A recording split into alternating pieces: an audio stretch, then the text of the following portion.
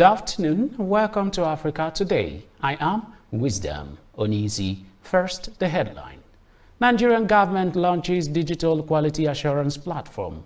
Chinese Ghanaian president announced elevation of bilateral ties. Climate change cost Africa up to 5% of GDP, UN climate head says. And on sport, on AFCON 2025 qualifier, Osimhen storms Super Eagles Uyo camp.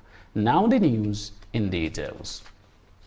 The federal government has unveiled an electronic quality assurance system, Federal Education Quality Assurance Service Cloud Saver, collected to boost the quality of basic and secondary education in the country.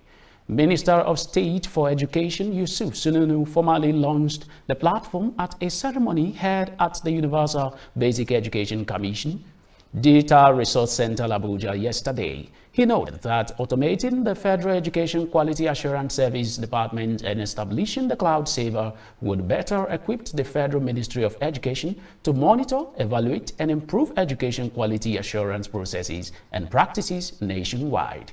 Sununu, who was represented by the Director of Information and Communication Technology, Abubakar Isa, said the Cloud Saver would revolutionize the operations of the FECOS department to enable it, enhance data capturing and management, streamline processes, and improve efficiency, boost collaboration, networking, and efficient reporting, ensure scalability and flexibility, and fortify security and data protection. Away from that, we'll have you know that the recent decision by the federal government to peg the minimum wage for candidates seating for senior secondary school certificate examination may have come to stay, the House of Representatives Committee on Basic Education has said. The Minister of Education, Tahi Maman, had in July stated that with effect from 2025, any candidate below the age of 18 will not be allowed to sit for SSE, and without which such students cannot secure admission to higher institution of learning. The announcement has generated heated debate among parents and education stakeholders. In an exclusive interview, the chairman of the House of Representatives Committee on Basic Education, Mark Hussaini, gave reasons the federal government might not likely reverse the decisions. We also have you know that the Secretary to the federal government, George Akume, has said it is unacceptable for 2,776 people to be and 16,309 injured in road traffic crashes between January and July this year. Speaking yesterday in Abuja during the launch of FRSC mobile app and National Crash Reporting Information System, he stated that between January and December last year, 5,081 people were killed, while 31,874 were injured in road mishaps.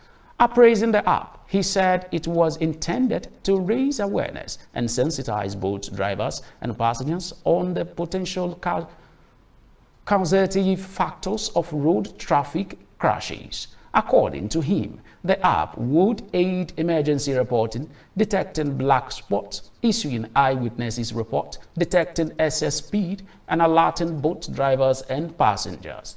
Motorists could also use the app to verify when their license or vehicle papers expire, among other features and benefits of the app. According to the MBS, the number represents an 8.56% increase from the previous quarter, totaling 21,733 crashes, but reflect a 9.60% decrease from the 26,282 crashes reported in second quarter 2022. Now, when we return, news from other parts of West Africa. Stay with us.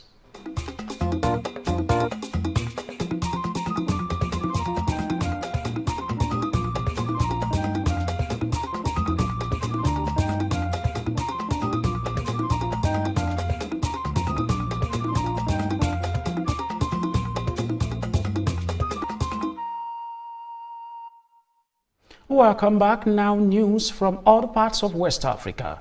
Chinese President Xi Jinping and Ghanaian President Nana Akufo-Addo met on Thursday and announced the elevation of China-Ghana ties to a strategic partnership. Akufo-Addo is in Beijing for the 2024 summit of the Forum on China-Africa Cooperation. Xi said China is willing to strengthen the alignment of development strategies with Ghana and to continue assisting the best of its ability to Ghana. China stands ready to expand cooperation with Ghana in the fields of agriculture, fisheries, energy, mineral resources and infrastructure, and hopes that Ghana will continue to offer relevant support and facilitation to Chinese enterprises and citizens, he added. China supports Ghana in its work as a member of the United Nations Human Rights Council for the 2024-2026 term, and is ready to enhance strategic coordination with Ghana on international and regional issues, Xi said.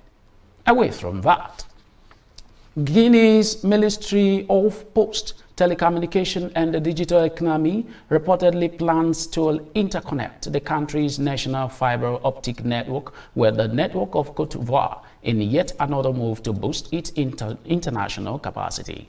No other details were given, including a timeline, but the Cote d'Ivoire interconnection plan was listed alongside current move to finalize the framework agreement for a similar interconnection plan with Sierra Leone. However, the deals with Sierra Leone and Mali don't add much redundancy to Guinea international connectivity, as Sierra Leone only has one international subsea link, while landlocked Mali has none.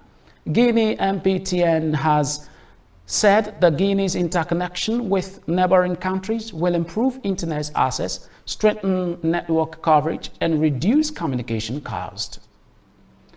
Now we move to other parts of Africa after this break.